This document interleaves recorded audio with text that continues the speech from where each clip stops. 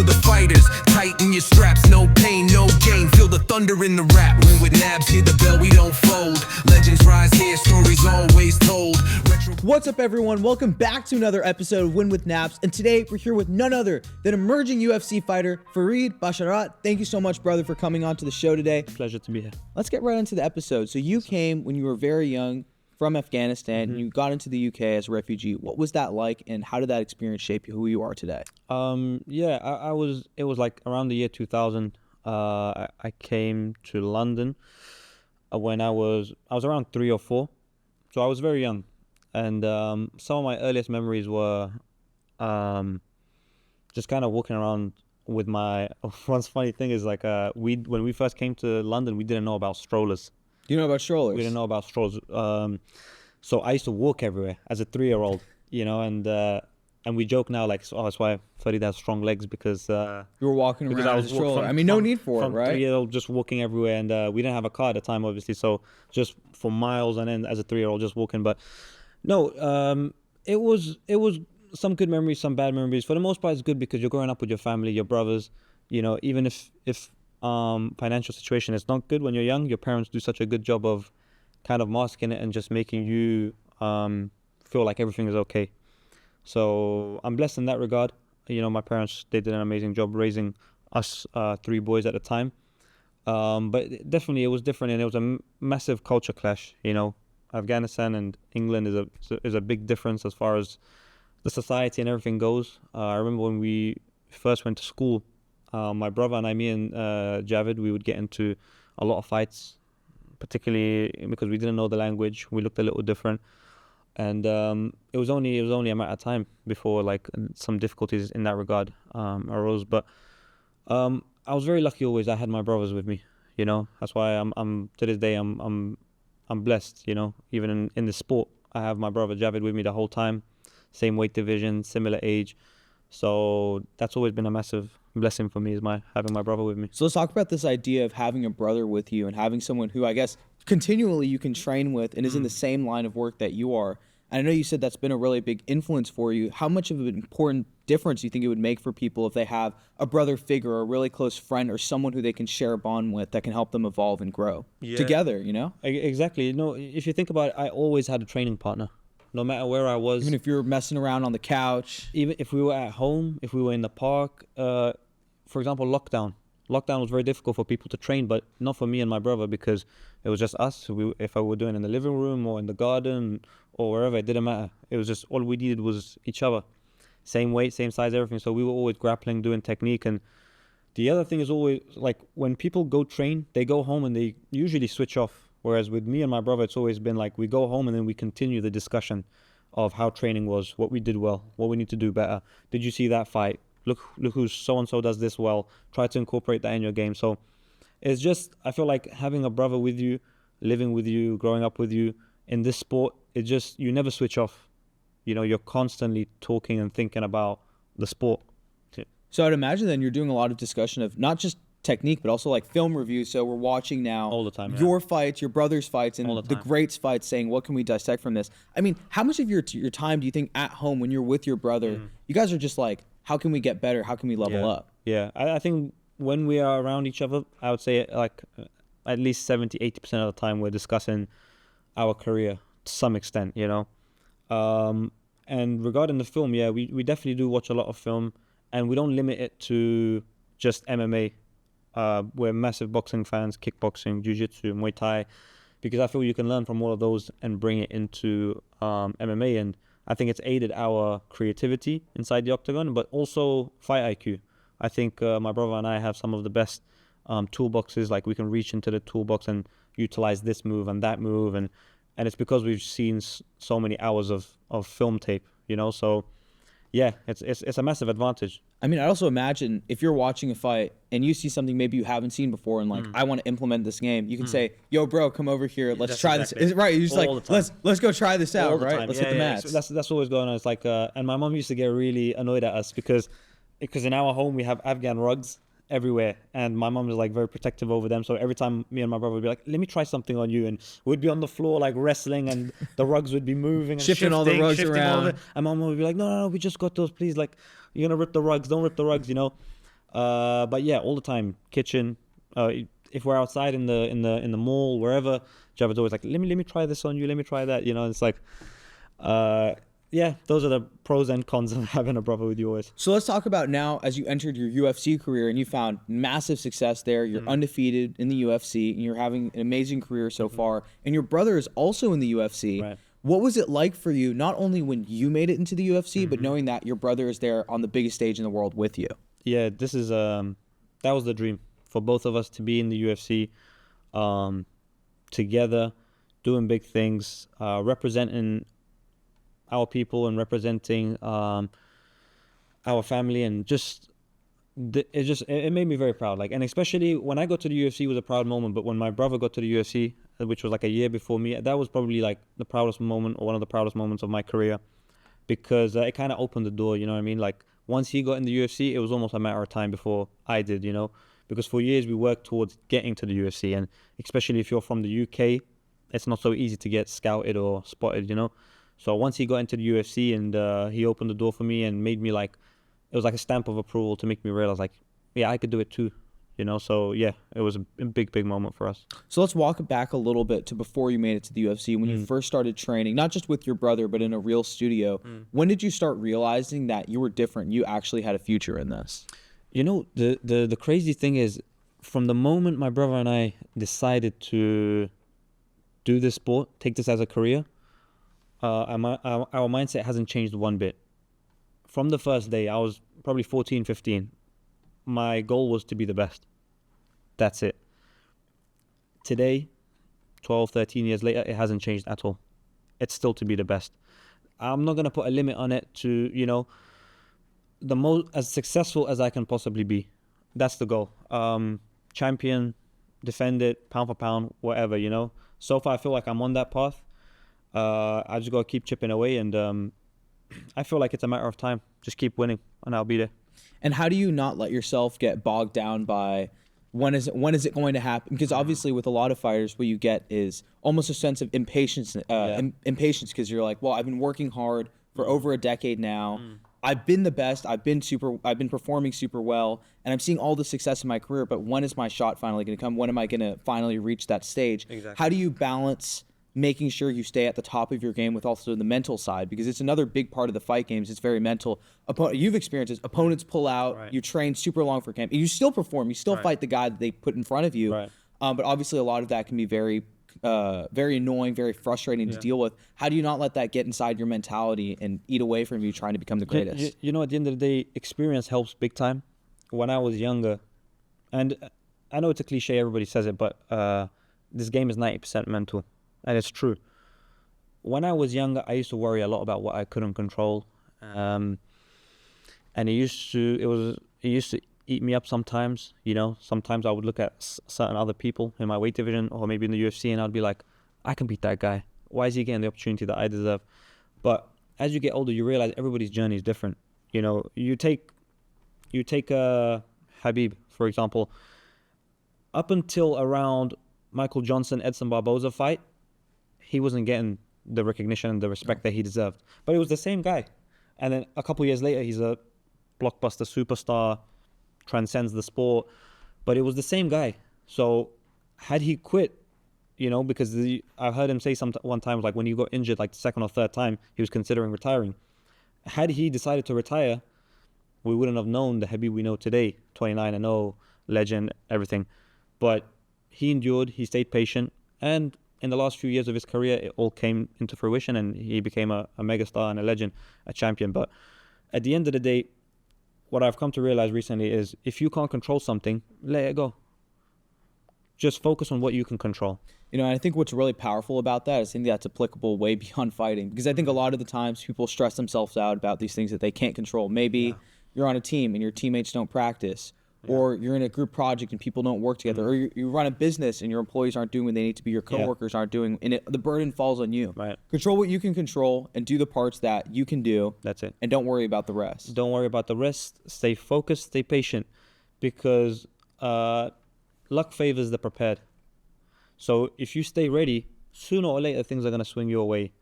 And you mentioned business, work, team sports, and I'll go even one step above life. Sometimes there's death of loved ones. You can't control that. What can you do? You can't. But you've got to acknowledge it, move forward, continue doing what you were doing, because those things, it's a part of life. You know, we plan, but God's plan is better. So 100%. I came to realize that it's like what you cannot control, injuries, pullouts, what your opponent does and doesn't do, and don't worry about that. You just train 100%. Keep your mind focused. Stay on top of your diet. Stay on top of your sleep, your recovery. Keep your mind healthy, and that's it. The rest will fall into place. I mean, I also would say all things equal, if you're generally speaking, if you do what you're supposed to be doing, regardless of what your opponent does, you're going to be okay. And even if sometimes the fight doesn't turn out in your favor, there's a which you haven't even experienced yet. There's something to be learned from that. Right. And I'm a very big believer in the idea that winners lose more than losers do. And sometimes you have to suffer through those hard losses. Maybe not in the form of an actual loss on the record, but maybe it's, I didn't do that good in the gym today. Or maybe I 100%. Ate a cheat meal when I shouldn't have. 100%. Sometimes you have those setbacks, but it's important because they ground us and they keep us grounded in, well, how do I get back to where I need to be? Or how do I get back on the right path?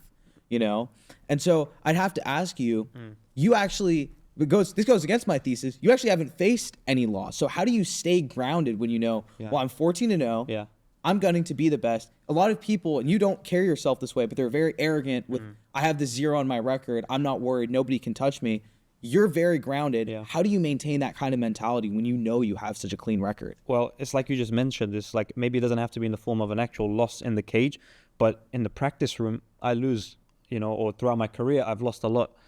When you're training with guys like Movza Evloev and Javid Basharat and these kind of guys, you're going to take some L's in the practice room, And the other thing is also, I'm very harsh on myself, like when it comes to my performances. So I have a bit of like a perfectionist mentality. So I'm 14-0, but every single one of those fights, I'm not completely happy with them because I know I could do better. And having this sort of mentality always gets me back to the gym and goes, no, I made a mistake in that round. Let me work on it and show in the next fight I'm not going to make that mistake. So that's what kind of keeps me grounded. And it's just you got to take it one step at a time, And again, when I was younger, it was always I used to kind of worry about my opponents, what they're going to do. I used to watch a lot of their tape on how they fight. And in my recent few fights, I've started watching them less because there is such thing as watching too much tape. You watch them too much, you start worrying about what they're going to do. And that slows you down. That makes you second guess. That makes you hesitate. You have to worry about what you're going to do because it doesn't matter what he's going to do. You're going to win the fight because you're going to take control. He has to worry about you. So this is a big thing that helped me is like, yeah, your opponent, they like to do this and that, but for the most part, focus on your own tools and improve those. I mean, there's two things that you just said that I really like. I think the first one is don't fall into your opponent's playbook. And I think the other thing that's powerful is you can take things away from wins too. It's really easy. It can be really easy for you as an undefeated fighter to sit there and go, well, I won, so who cares? I'm good anyways. Yeah. But you're taking the time to go back and say, there are some things I can improve upon. How do I get even better the next time? Right. And I think that sometimes, especially for people who win and eventually find themselves losing, it's because you don't take the extra time to go back and discover how can we be making improvements 1% at a time. Maybe you do get the outcome you want. Maybe you get the win. Yeah. Maybe you end up being very successful. Yeah. But how do we actually keep getting better? And I think part of it is what you just described, which is when you win, you go back. When you lose, you go back. Absolutely. When you draw, you go back. It doesn't matter how you perform in the practice room. In the actual event, you go back, you review what you did, and how do you improve? And I think that goes way beyond just fighting. Absolutely. Like what you didn't do well, improve that. What you did well, build on that, because your opponents are constantly watching you. So your next opponent's gonna watch at what you did well, and he's gonna try to defend that. So you need to keep building on what you do well. You can't just be happy with how you're performing. Like you've constantly got to try to improve, and you have to be brutally honest with yourself. So let's talk about some of that brutal improvement. Something I like to ask all of my guests, and usually it doesn't even end up being about fighting, is what is the toughest fight of your life been? It doesn't have to be a physical fight in the octagon. It could be something that you went through. What is that? For me, it's my own mind. Sometimes as fighters, sometimes we're in isolation a lot. Fight camps, away from families. And when you're alone with the devil and he's whispering, "This isn't good enough. You're not good enough. You're not doing well." That's always been a big difficulty for me, and it might be surprising to hear because I'm undefeated and stuff right now, but it is a massive obstacle to just, like we alluded to earlier in the conversation, was how to not get inside your own mind. Like, why am I not at the top yet? You know, I'm doing so well, but why am I not getting those opportunities and stuff like that? And it's just, you gotta be patient. You know, you just gotta be patient and stick to it, because I've seen so many high-level guys more talented than me, who were right there, they were good, but they kind of tricked themselves out of the race. And they thought, it's been 4 years and I haven't got what I wanted. It's been 7 years, it's been 10 years. But the ones that get to the top are the ones that stick the course. It's the consistent ones. If you look at all the champions, they're all over 30. They've all been training for 15, 20 years. And that's how you've got to be really patient. And my own mindset is sometimes my biggest hurdle. And that's constantly the challenge, is like keeping this calm. Don't worry about all that. And how do you keep yourself being calm? Like, let's talk about now, actually, like practically.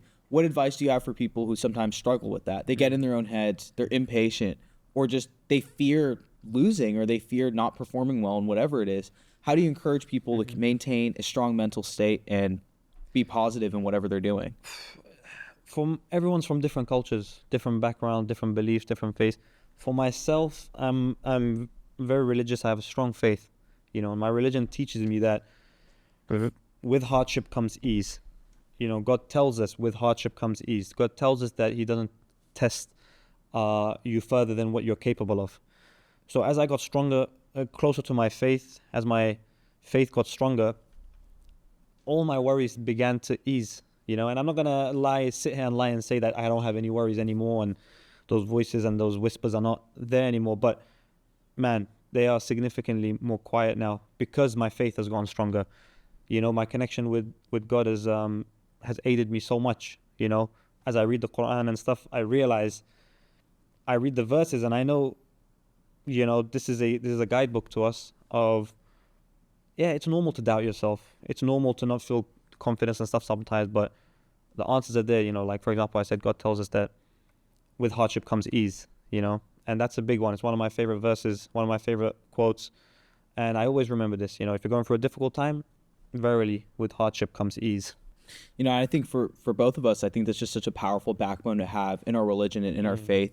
And just this idea, like you said, with hardship comes ease, right? And after the storm, there will be ease and there's going to be a time of comfort. And I think that it's really important that sometimes you push through. And I think for both of us, and I think for me as well, faith is just an amazing anchor in really helping you push through some of those more difficult moments. I had a joke about this a few weeks ago. Whenever I'm in the gym, and this is something my trainer was telling someone else because she thought it was hilarious, is that whenever I am doing a plank and I don't want to quit, I start reciting the Fatiha in my head. I zone out and I start praying in my head. Right. Because I think for me, when I have my faith as an anchor, it's like, well, in the eyes of God, how can I fail? Right. Or when I'm doing something that's important, I think to myself, what are the implications beyond this, and how is my faith allowing this to happen? I think also part of what makes faith so special to me is just knowing that every day is a privilege and every day is a blessing. Yeah. And I have the opportunity to do this. I have the opportunity to be on the podcast. I have the ability to go train and lose 100 pounds. I have the ability to go and compete and do the things that I love. So I just feel like when you approach a lot of it from that angle and stop thinking about like, oh, what is this person going to say? Or, oh, what if I mess up? Yeah. I think instead of thinking of it like that, it's, well, I get to be here. So regardless of what ends up happening, thank you, God, for allowing me to be here. I think you hit it perfectly. I think faith gives you gratitude, and you always have to be grateful. Especially us. I mean, look at us. We're living a great life. You know, especially nowadays with social media and everything. You're able to see some of the less fortunate people across the world and stuff. And how can we say that we're not grateful? We don't go hungry. We don't go sleeping cold. You know, we're able to live the lives that we want to, fulfill our dreams, and we are part of that 1% in the world, and we're incredibly lucky. And if you don't have, sometimes I feel like if you don't have the faith, you're not able to be appreciative of these things. 100%. You have to realize, you have to be grounded. You always thank the Lord, thank everybody around you that's put you in this position. So let's talk about now you being grateful for your own fighting career. So you're very successful in your fighting career.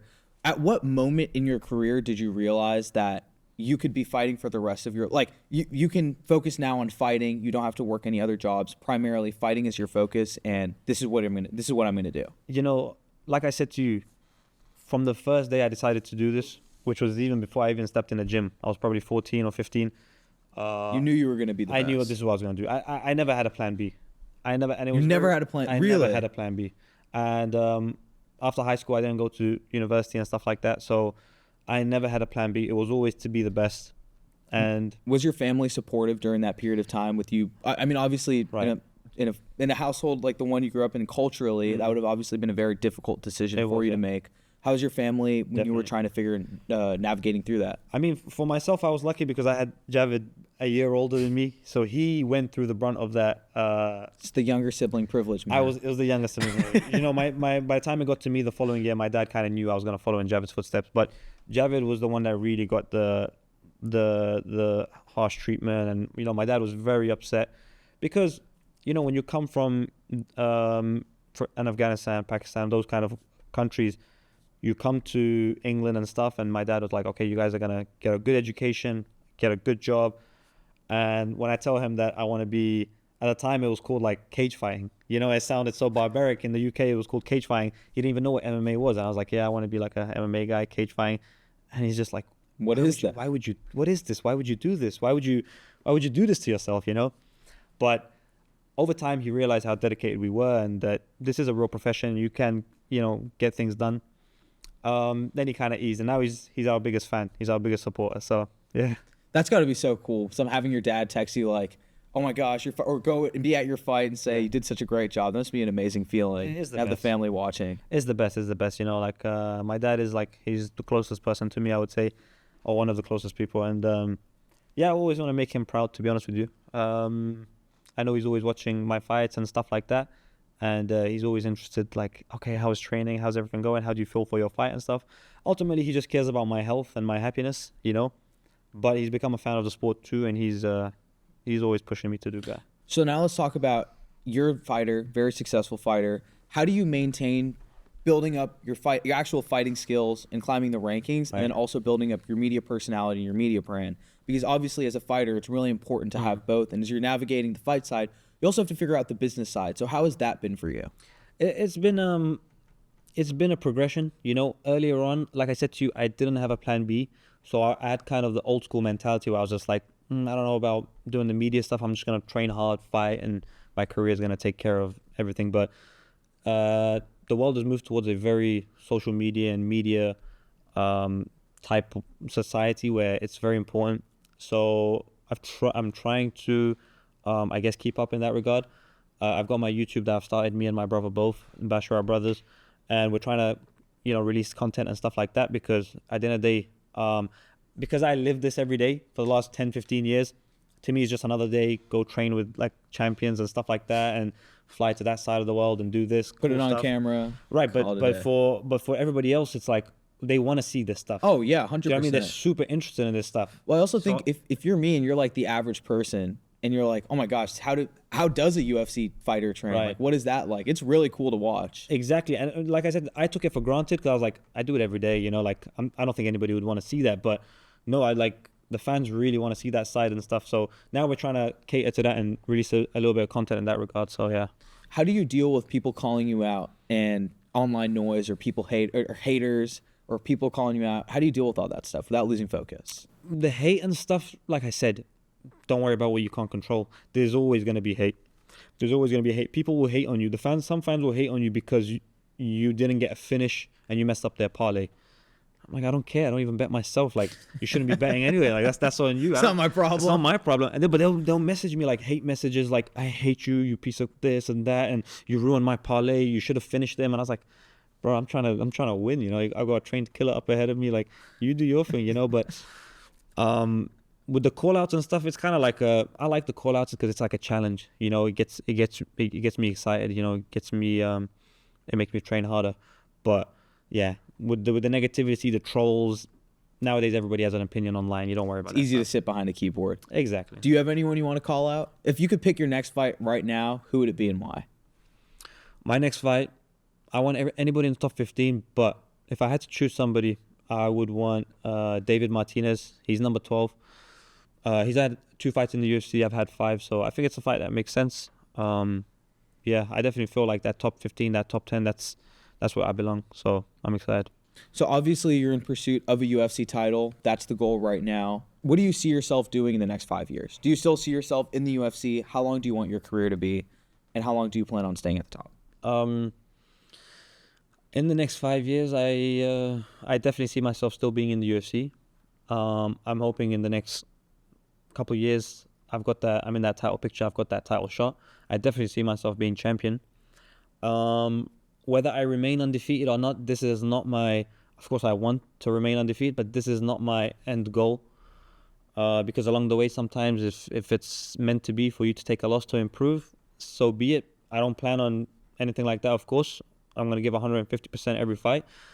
But I think I used to worry too much on the O, like stay undefeated. And that kind of shackles you sometimes to perform freely. So it's just take it fight by fight, keep winning. The last 2 years I've gone 5-0. Another 2 years I'll be 10-0, let's say, and I'm sure I'll be around the title shot, or if I haven't already had a title shot. So it's win the belt, defend as much as I can, get out with my faculties in check, with cash in my pocket, and then that's it, right off into the sunset. Well, I think it's also really interesting.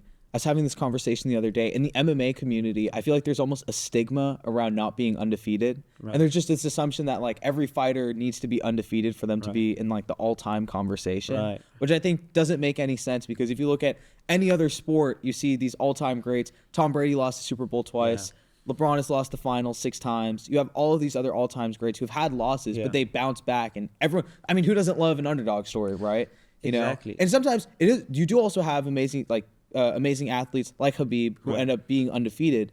But generally speaking, it's not a bad thing. Sometimes you have losses, and it's important. It's God's plan, and that's how you improve sometimes, you know? No, totally. It's nothing to be ashamed of. At the end of the day, this is the toughest sport in the world. To take a loss against another high level guy in such a sport, there's no shame in it. It happens sometimes. Sometimes it's bad luck. Sometimes it's a bad camp. You know what I mean? Anything can happen. There could be injuries leading into a fight. But at the end of the day, those losses, sometimes you can always learn from them. And if you take all the greats, bar, John Jones or maybe a Khabib, they all took losses. From George St. Pierre to Volkanovski to Islam Makhachev, they all took losses. Muhammad Ali, Sugar Ray Robinson, Leonard, all those guys, they all took losses, and they all came back better. And their legacy is better because they came back from losses. You know what I mean? So I mean, GSP avenged both of his losses he avenged in amazing fashion. And like people love Muhammad Ali so much because of the way he always came back from his losses, and it's definitely nothing to be ashamed of. 100%. In this sport is in the toughest sport in the world. You need to know like every single martial art discipline there is to be highly competitive. Exactly. And if you zig when you should have zagged, then that could be it. One punch can change everything in this sport, and losses, they happen, man. They happen. It's how you bounce back from them.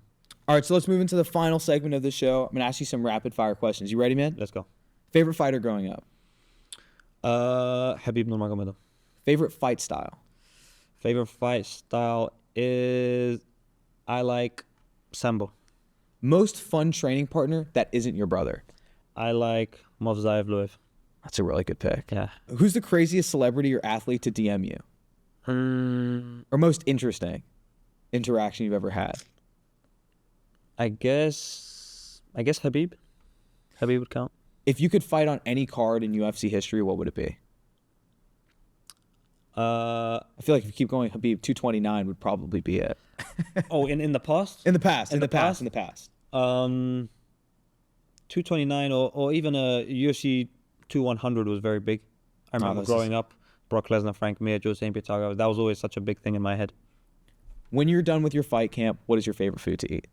Kabuli palau. That's a great pull.